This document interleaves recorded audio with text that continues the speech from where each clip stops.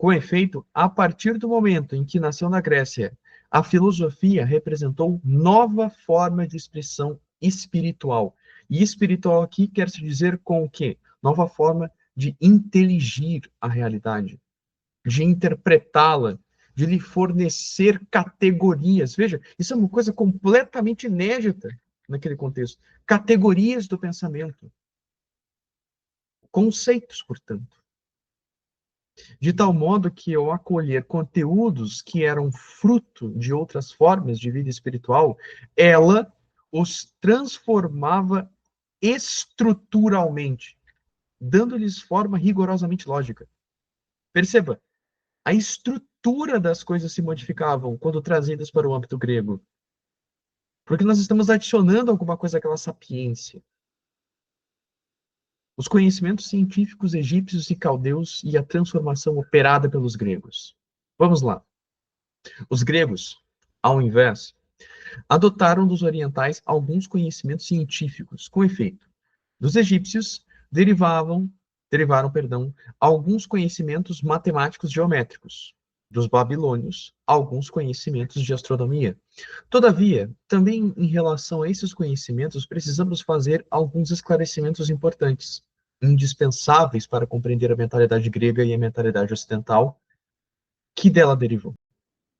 Ao que sabemos, a matemática egípcia consistia de modo predominante no conhecimento das operações de cálculo aritmético, com objetivos, como havia dito, práticos, como, por exemplo, o modo de medir certa quantidade de gêneros alimentícios ou então de dividir determinado número de coisas entre um número dado de pessoas.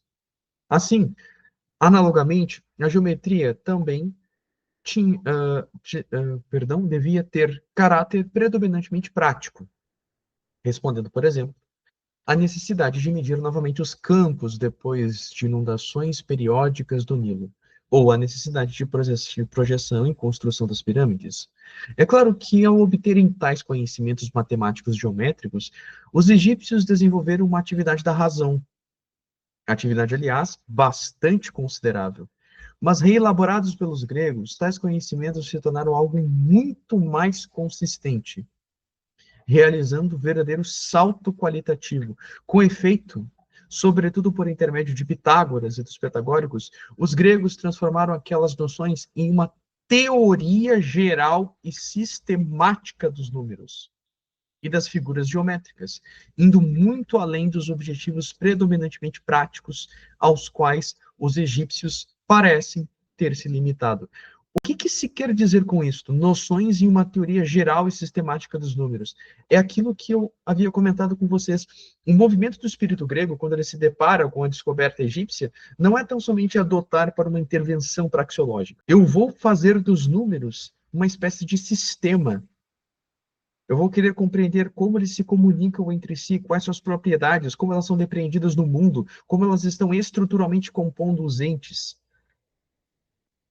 Inclusive, a própria praxeologia, quando derivada de um ponto de partida especulativo, que é isso que os gregos faziam, facilita o desenvolvimento prático da própria ciência. Então, quando eu começo a me perguntar sobre qual é o estatuto quantitativo ou essencial do número, eu começo a depreender dele uma série de atributos, uma série de características das quais me permitem intuir ou pressupor, enquanto validação para uma experimentação, o avanço da própria matemática enquanto tendo seu sujeito nos números, dentro de uma articulação. Vocês percebem como isso é diferente? Como é um movimento do espírito completamente diferente? Não se trata de eu, por exemplo, mensar coisas depreendendo como fato imediato dado que as coisas são enquanto são. Não. Agora eu estou me perguntando sobre por que elas são. E ao me perguntar como elas são, eu traço a diretiva de uma especulação interna acerca daquela coisa. Uma especulação interna acerca de algo, comunicando este algo com aquilo de outras coisas, chama-se sistema.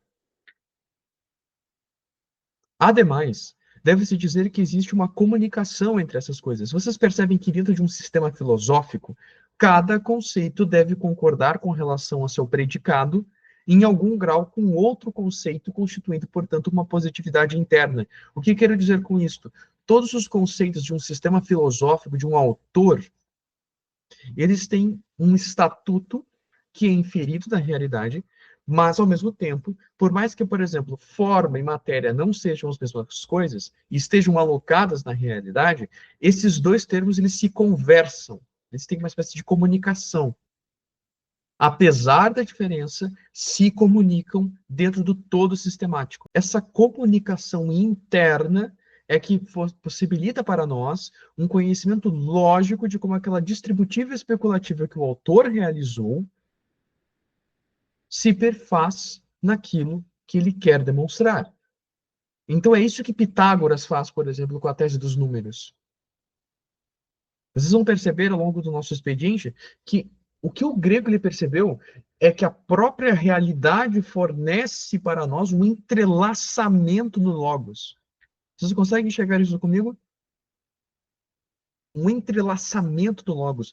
A realidade ela tem uma lógica de funcionamento.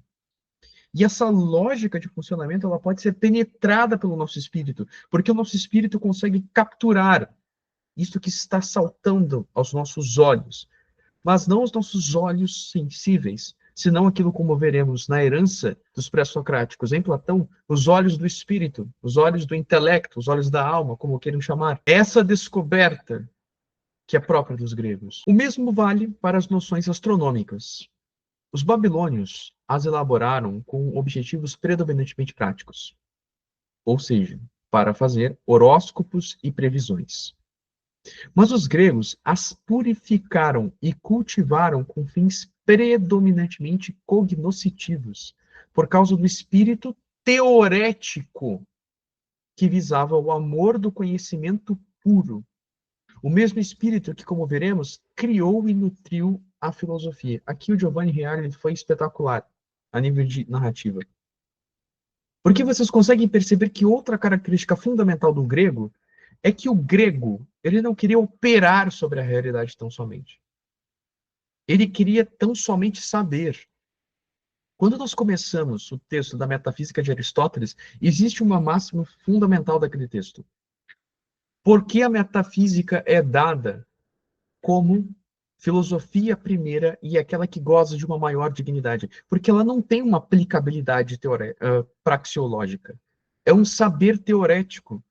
Eu não quero conhecer como se justapõem os astros celestes para fazer uma previsibilidade acerca das práticas humanas e de orientações e previsibilidades. Não, não é isso que o grego quer saber, muito embora acabe derivando em algum grau com relação aos últimos, não os primeiros. O grego ele quer saber por que é deste mundo. O que é essa coisa? Percebam, é uma intencionalidade teorética. Quero saber tão somente por querer saber. Não tem uma utilidade para isso. Que é isto que é apontado por Aristóteles no início da metafísica. Quando o homem ele quer saber tão somente por querer saber, ele tem um ímpeto diferente. Ele tem um ímpeto científico, com o emprego da palavra aqui, na sua devida proporção, com relação ao tempo de qual estamos tratando.